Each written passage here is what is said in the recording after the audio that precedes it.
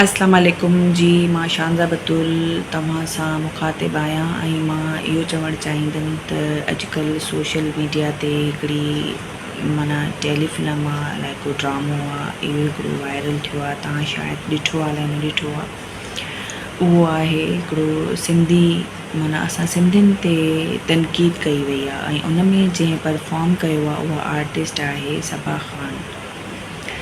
जीअं माना उहा आर्टिस्ट आहे, अवल त हुनखे इहो स्क्रिप्ट जेको आहे उहो साइन न करणु खपे हा, छो त सिंधी मीडिया मां हुन शुरूआति वरिती। सिंध टीवी तां हुन मॉर्निंग शो कया, मॉडलिंग कई, ड्रामा कया। उन खां पोइ धरती टीवी ते हुन मॉडलिंग कई ऐं हिन सिंध धरती ते रही उन पंहिंजो फेम नालो हुन पंहिंजो कमायो, सिंध धरती तां कमायो हुन। ऐं असां सिंधियुनि जे लाइ उन माना असांजी इहा जेका अजरक आहे, तोखे कहिड़ी ख़बर सबा ख़ान, तूं मुंहिंजी दोस्त रही चुकी आहे। असां गॾिजी ड्रामो हिकिड़ो कयोसीं जंहिंमें मुमताज़ कमल मुंहिंजी ससु थी, सिंध टीवी जो हुयो ऐं तूं मूंखे मुंहिंजे घरां मूंखे पिक कयो हो, यादि हूंदो तोखे। पर इहा ॻाल्हि आहे त जॾहिं तुंहिंजी इहा वीडियो मां ॾिठी ऐं जॾहिं तूं हिन टोपी खे उन माण्हू जे मथे तां लाहे उछिने थी, यकीन कर मुंहिंजे मतिलबु त रोंगटा जीअं रूह मुंहिंजी कांडाड़जी वई, अहिड़ी हालति। मां चयो त हिन छो इहा टोपी ऐं अजरक ते छा साईं ते एॾो ॻाल्हायो अथई, तोखे ख़बर हुई?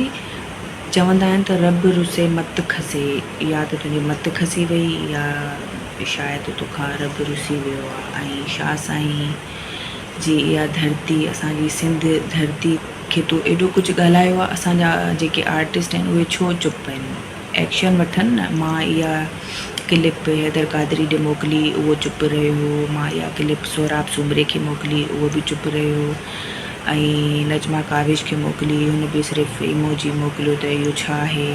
अली गुल मलाह खे मोकिली, उन बि कुझु एक्शन न खयो। तव्हांखे कुझु त छो त हिकिड़ो जेॾीमहिल असां आसिफ़ ज़रदारी साहिबु जॾहिं सरदर हुयो, तॾहिं हुन जॾहिं बि कंहिं असेंबली में किथे बि जॾहिं वेंदा हुया इंटरव्यू जे लाइ, त सिंधी टोपी पाए वेंदो हुओ आसिफ़ ज़रदारी। त जियो जे हिकिड़े एंकर उन ते तनक़ीद कई हुई तो ये क्या क्या तरीका है, आप पैंट शर्ट पहन के, कंप्लीट सूट पहन के और जो है आप टोपी पहन के जा रहे हैं। तो उन ते अली काज़ी साहब एक्शन खयो ऐं उन 2009 खां इहो जो जेको सिंधी चैनल ते इहो असांजी सकाफ़त ॾियारो शुरू थियो आहे, अॼु ताईं 2024 ऐं ता क़यामत इहो सकाफ़ती ॾियारो हलंदो रहंदो। त असांजा छो जेॾीमहिल तूं सिंधी चैनल ते तूं मॉर्निंग शो कया आहिनि, सिंधी चैनल ते तोखे फेम मिलियो आहे, सिंधी चैनल्स ते तूं मॉडलिंग कई आहे, तूं होस्टिंग कई आहे, त तूं असांजी सिंधियुनि ते कीअं थी ॻाल्हाए सघे पई। सिंधी आबदा परवीन मतिलबु लोक सिंगर आहे, उहा बि सिंधी सिंगर आहे। जाॾे बि वेंदी आहे ॿाहिरि मुल्क में किथे बि, सिंध की लीजेंड चवंदा आहिनि, सिंध की। सिंधियुनि जे नाले खे तूं ईअं कयो। असांजी टोपी हे असांजो शान आहे, मान आहे, सिंधी टोपी हे अजरक। असां छो चुप आहियूं, एक्शन खणूं हिन ॻाल्हि ते। त असां मतिलबु त ॾिसो न, शाह लतीफ़ जो सबा ख़ान, पहिरीं त तूं शाह लतीफ़ जो रिसालो त पढ़। तूं अंधो तूं ऊंधो, तो में ऐब अंभोव,